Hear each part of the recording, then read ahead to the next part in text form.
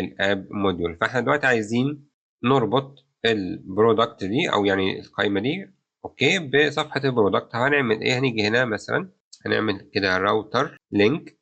الراوتر لينك دي ممكن تديها اري كده، هنكتب فيها برودكت. طب ايه بقى برودكت دي اللي احنا كتبناها؟ دي اليو ار ال اللي موجود داخل الاب راوتنج موديول اللي احنا ايه عاملينه المره اللي فاتت. وممكن كمان نيجي نعمل في الهوم راوتر لينك برضو ونكتب فيه دي اللي هي كده كأنك بتقول له هوم، بس طبعا ما ننساش نحط القوسين كده عشان نعمل بايندنج. ونفس الكلام ده ممكن برضو نعمله هنا في الاي كوميرس. طب تعالى نجرب. لو ضغطنا على البرودكت هل هتروح على صفحة البرودكت ولا لأ؟ مظبوط، فتحت صفحة ايه؟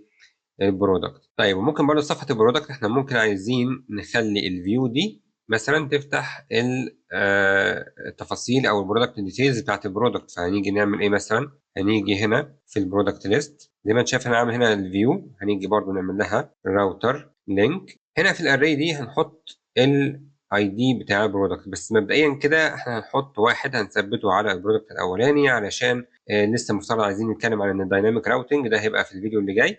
مبدئيا بس هنحط كده واحد هنثبته على منتج رقم واحد وبس، تمام، لحد ما نشوف الدايناميك راوتنج بيشتغل ازاي. طيب تعال نجرب. لو ضغطت هنا على الفيو هل هتروح على برودكت ديتيلز ولا لا؟